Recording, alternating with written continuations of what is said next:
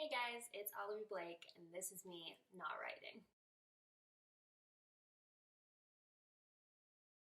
Okay, so obviously this is a little bit of a strange setup, but we're cooking today, and this is the best I could do in my kitchen. So, I am drinking a dry sauvignon blanc, which is a grower's reserve from Trader Joe's. It costs actually over $3, so there you go. It is dry, which I may have already said, but it is an important fact for later.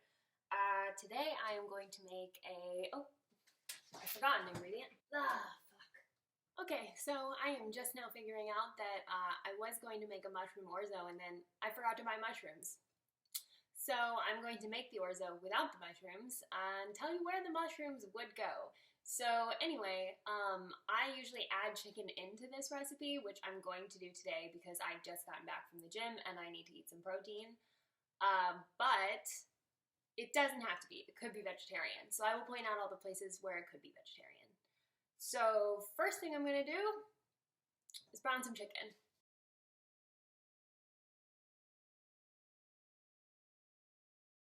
So I've just got a tablespoon of butter in here to get us started. Let that melt. This is a very exciting time, I'm sure, for all of us. Let's see, what's new? Well, while I'm here, what's new? So started the claiming of Sleeping Beauty, and it has been troubling. It's not my personal fantasy. It is, I think, crucially, I did read the preface by Anne Rice beforehand, in which she talks about the feminism of writing, basically porn that's specifically for women, and how that kind of launched a genre of literary erotica that was written to be consumed by women. And she's like, we have a right to fantasize about whatever we want. And this is her fantasy. Importantly, it's probably other people's fantasies as well, but it is not mine. I have had to sort of mentally put myself in like a different place. It's been a challenge. It's been a challenge. But, interrupt myself. So I've just diced up like 4 or 5 chicken tenderloins. This is if you want to make with meat. If you don't, you can skip this part. I am using my high heat burner because that is just the only one I can use from this angle. And it is set to medium. Actually, I'm going to turn it down a little bit. It's a bigger burner than the others, so it's going to get hotter than the other ones would. In general, did you know that you should never heat olive oil above like medium high? I did not know that. Did not know that. I'm not actually I'm not a very informed cook, let's put it that way. I mostly taught myself. Mr. Blake taught me like the basics. He taught me how to saute onions, and that basically changed my life. And ever since then, I've kind of made up the rules as I go, so I don't really know how much of a informative cooking show this is going to be. Anyway, back to the subject of Anne Rice. Yes, so I understand her point that it's important for us to write our sexual fantasies because men have been doing that since the beginning of time. And I'm going to give her this sexual fantasy. It isn't mine, but, you know, who of us has the exact same sexual fantasy?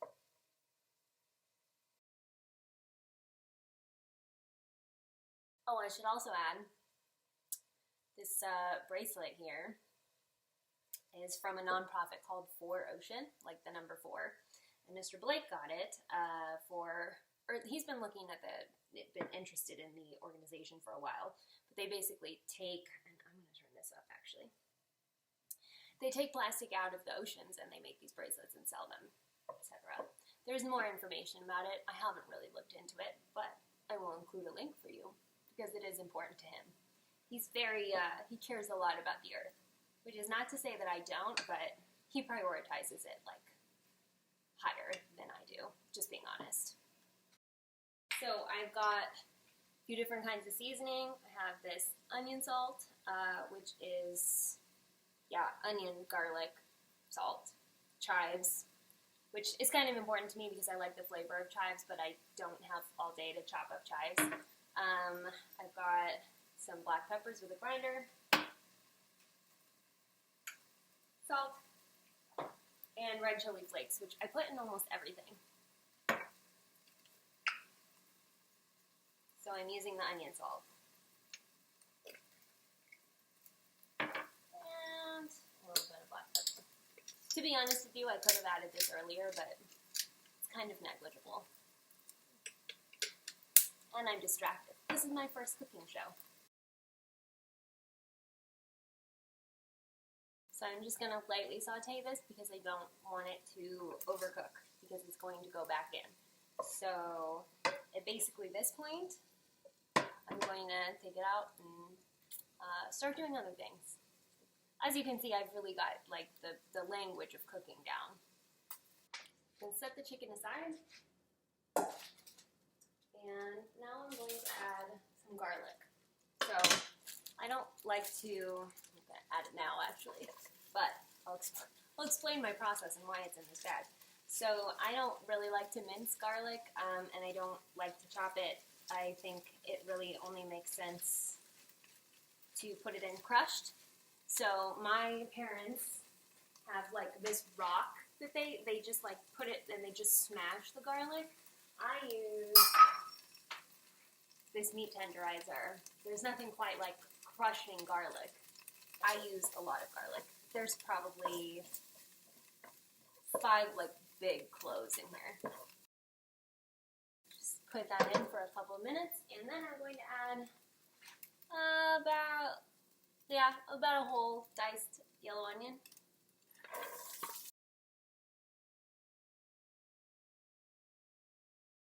My pans don't do non-stick very well, so I'm going to add a little bit of olive oil because it is cooking a little bit, sticking to the pan a little bit. I need better quality materials.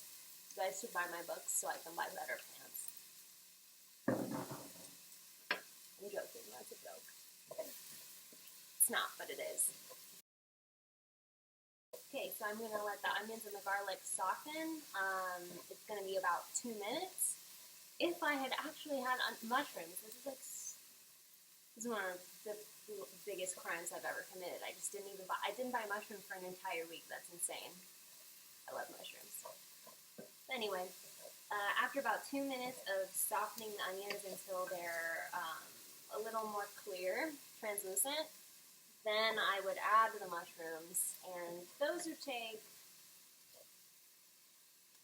6-7 minutes to cook, to saute. You can tell a mushroom is cooked when it's soft.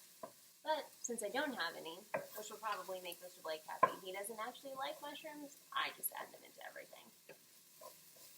Alright, so, I don't know how much you can see.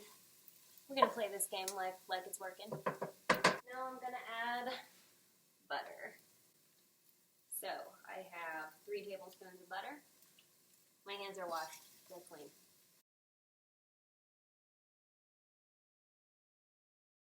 What else can I talk to you guys about? I may retitle LSB.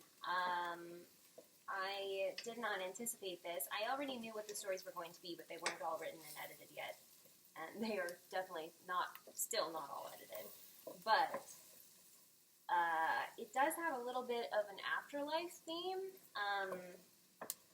So I'm considering changing the title. If you've been around here for a while, you probably know I tend to change my titles as things go. So you have a very informed position. But anyway, we're melting this butter because then we're going to add some ORZO, and we're just going to cook it in the pan. So once this butter is melted, which it almost is, I'm going to add a pound of ORZO and basically saute the ORZO until it is a little bit crisp. It's about 2 minutes. And I'm still on medium-high heat. ORZO. So now I'm just stirring it around, coating it in the butter, onion, garlic situation that's going on here. It's turning a little bit caramelized.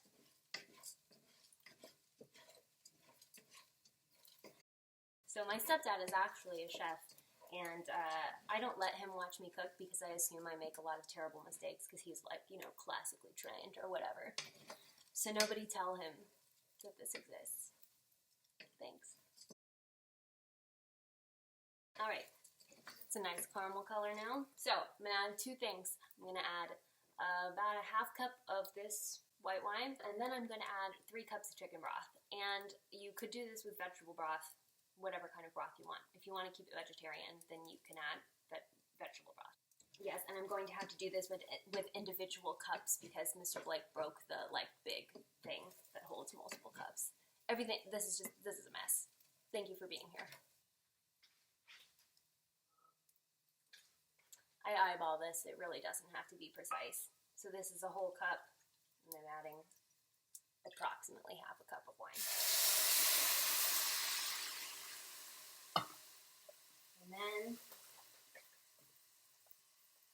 3 cups of chicken broth.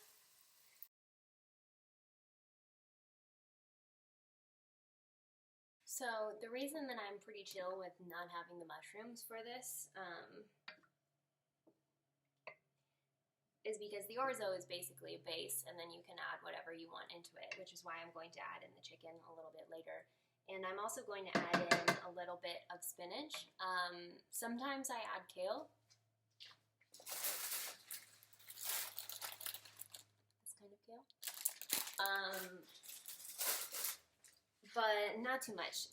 When kale is really cooked, it has the consistency of like broccolini. But if it is not cooked all the way through, then it has the consistency of plastic. So that's kind of hit or miss.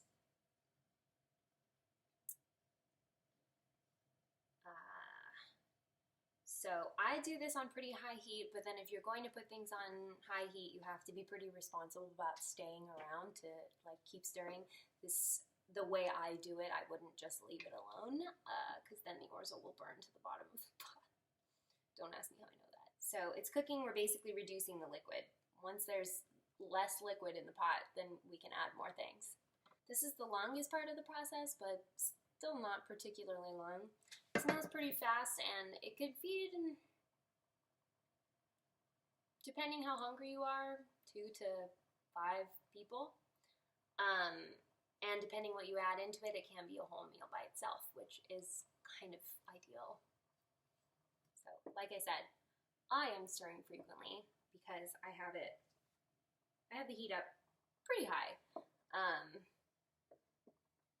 But technically, you could lower it to a simmer, and then you wouldn't have to stand watch so much.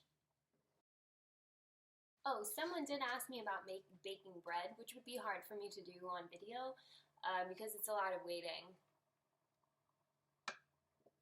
This has gotten to a little low boil now. Turn it down a little. So with bread, it's not so much the baking of it. Well, I guess with all baking, it's not so much the process of baking, but the time that you need to let things rise. So bread can take actually I want to say 5 to 6 hours, but intermittently. You do something, you knead it, you add things, you let it go, and then it bakes. I also, because the bread is fresh baked and it doesn't have any preservatives, it doesn't last more than a couple of days. So I usually make it when there's, I don't know, people coming over and I want to eat some cheese with some fresh bread. I do make sort of it's like a rustic French bread. Cooking for me is sort of a process of like asking the stars, just like feeling it in my bones. Just there's like so little science involved here. This is why I'm really bad at baking, because baking has actual chemistry, which I'm not awesome at. Let's just put it that way. Like, of the sciences, chemistry was my best one, but it's really a lot easier for me to just be like, this looks fine. I'm gonna go with how this looks. Okay, so at this point it's starting to thicken. Still not close to done. I like to wait until there's less liquid than this before I add in the spinach and the chicken. But this is an okay time for me to add in seasoning, so I'm going to do that. So, onion, salt. I am not measuring this. I am eyeballing all of this. I would say add less if you're unsure, be more careful with the chili flakes than I am being if you don't like spicy things, because you can always add more later.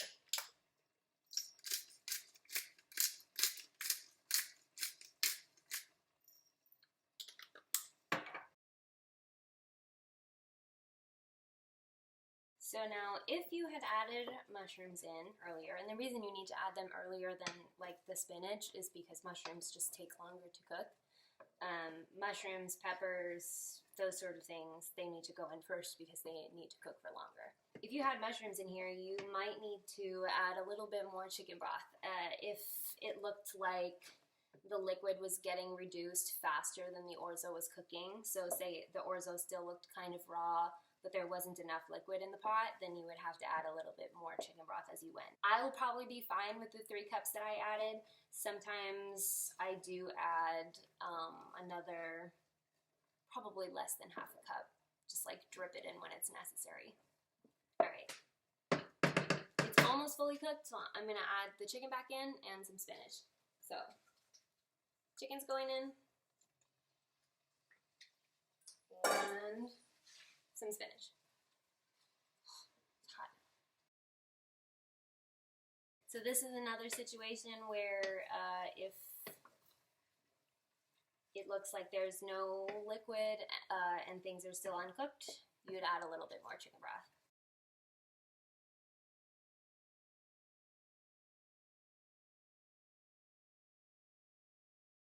I'm going to turn this heat down to almost low. At this point, the orzo is almost cooked, so I just want it to simmer until the spinach is cooked. Which spinach, as maybe you can guess, does not take very long to cook. So it's cooking right now.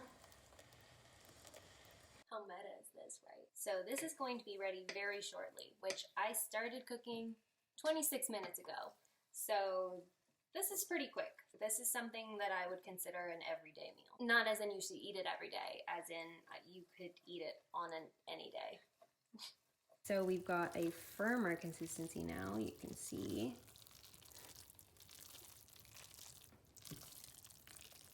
We are basically almost cooked. Ignore my mess over here. Oops. So you can add a bunch of different kinds of cheeses to orzo, kind of depending on what you like, but I really like feta, so I'm going to add some feta. Again, I'm going to completely eyeball it.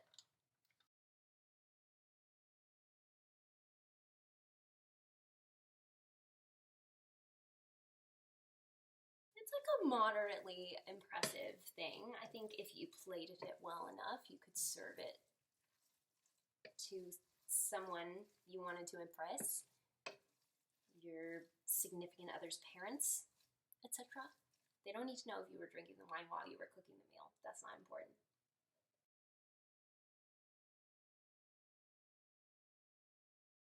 All right, at this point, I would say the spinach is cooked, but just because things tend to taste better if you let them sit for a while, I'm going to let it sit here on low for a few minutes, and then I'll show you what it looks like when it's done.